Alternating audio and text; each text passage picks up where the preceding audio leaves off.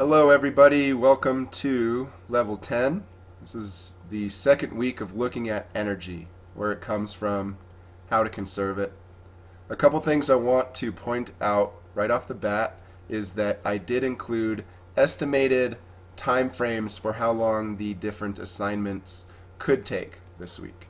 And I really just want to be clear, this is meant to help you just understand that, this PSA, this public service announcement, is a larger project and it will probably take you longer than, say, this initial discussion. Everybody's going to learn and work at different rates. So if it takes you 10 minutes to work through this, is this utopia? Great. If it takes you an hour, wonderful. This is just to kind of give you a little bit of a frame of reference. Now, just looking at a few of these items, really what we're going to do this week is we're going to drill into these three main points.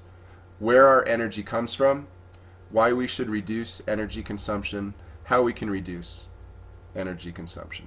And the way that we're going to do that, the how, is we will create a public service announcement, PSA, which will really force us to really own and understand these three main points. Everything that we do this week will be building up to that PSA, right? We're going to start by looking at this community in Greece and talking about, okay, that's their version of utopia as a response to what they would consider our global energy crisis. How do you feel about that? All right, because we just want to start to get a sense for, especially in environmental science, a lot of the decisions or topics that we're discussing are about, okay, which way do we want our future to look, right? So now when you imagine your own utopia and dystopia in this discussion, you're going to create your own vision of what our future could look like based on some of these issues we've been talking about. There's a rubric included for the discussion component. Please like at least two other additions. You don't really have to explain your vision here. The goal is just to start thinking about your own vision of utopia or dystopia. Alright, now the next part is really about organizing your research as a way to prepare to create your public service announcement. This assignment begins by explaining what the PSAs are.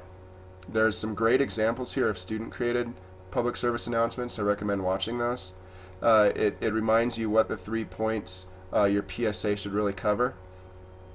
And then really the bulk of this assignment is this document here, the PSA research. This is a graphic organizer, and it's meant to be an aid around organizing the information that you'll include in your PSA. So work through this for this assignment. Again, anytime you have questions, please let me know. And then this will be what you'll turn in for this assignment. Then, now once you've organized your research and your information, now the next step is to actually produce or create your public service announcement. This is going to be probably the larger portion of this week, is creating,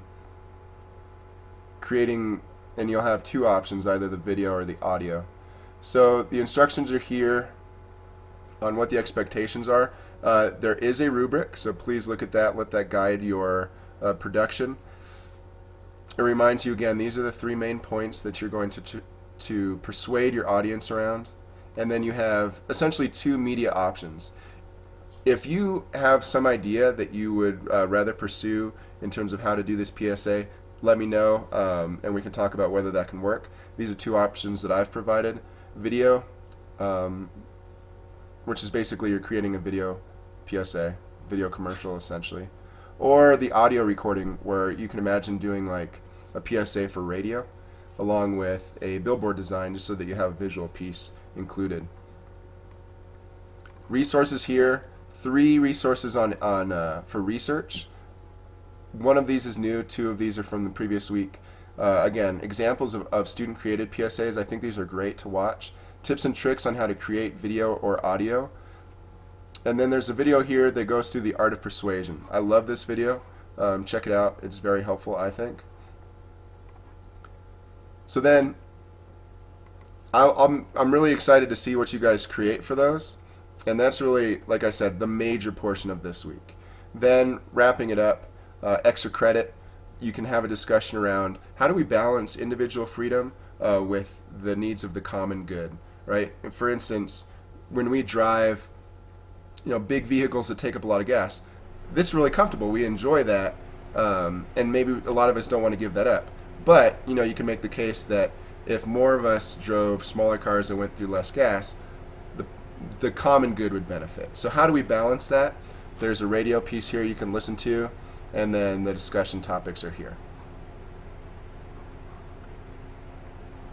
So as we work through these 4 weeks with me as the main instructor for this course, please remember that really learning is a process of continual improvement. So the comments that I give you on your work are always intended to give you a clear way to improve, right? So really that's the goal.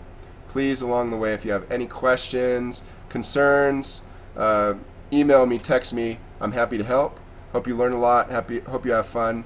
I'm excited to see the creativity that can come out in the work this week.